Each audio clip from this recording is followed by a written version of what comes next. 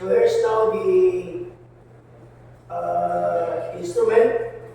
So I am pretty sure that you have already read the instructions on what to do in this activity. Okay? So since you do not have a subject, so what you need is to make everything based on the what we call this, the procedures on what to do. So the highest is 24 to 25. So with a total of 100 points. Okay? So you have only 5 minutes, so you may now start.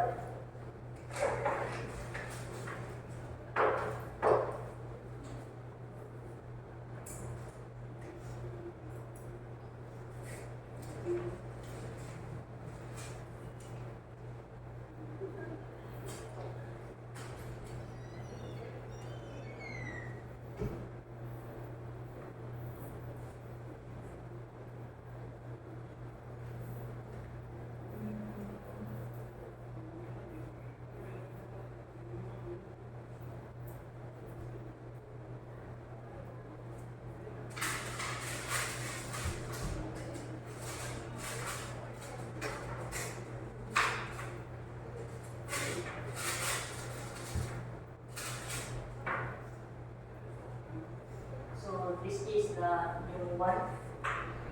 New one is used for recording the heartbeat of the subject.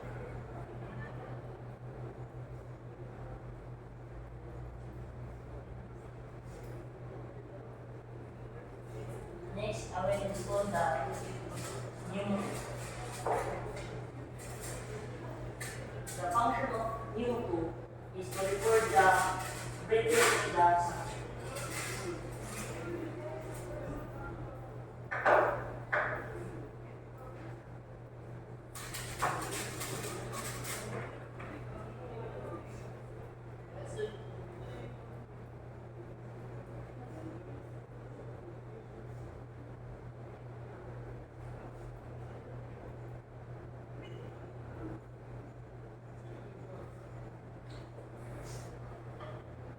Third is the finger electrodes, used to detect the electrosensitivity of the subject by the sweating of with a little help of electricity.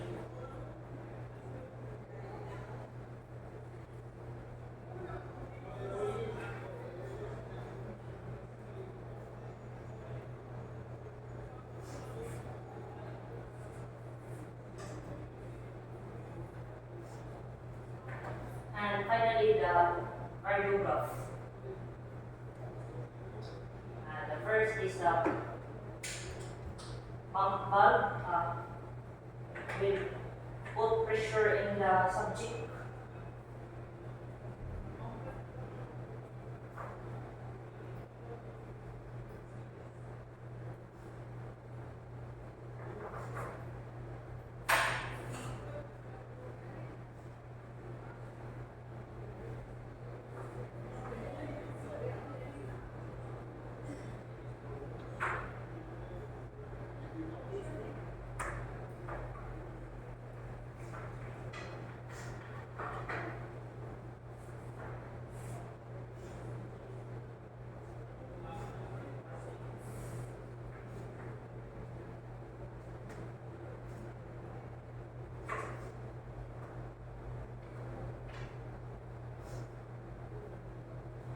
That's 1 minute.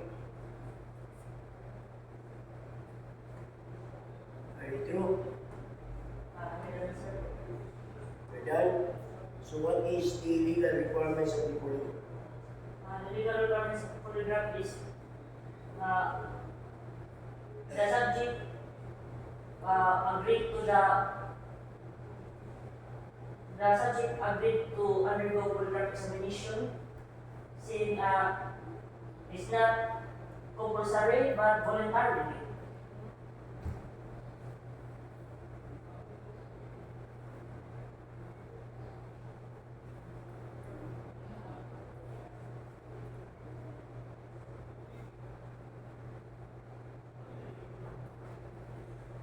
Okay, so you identify the gadgets by mere guessing.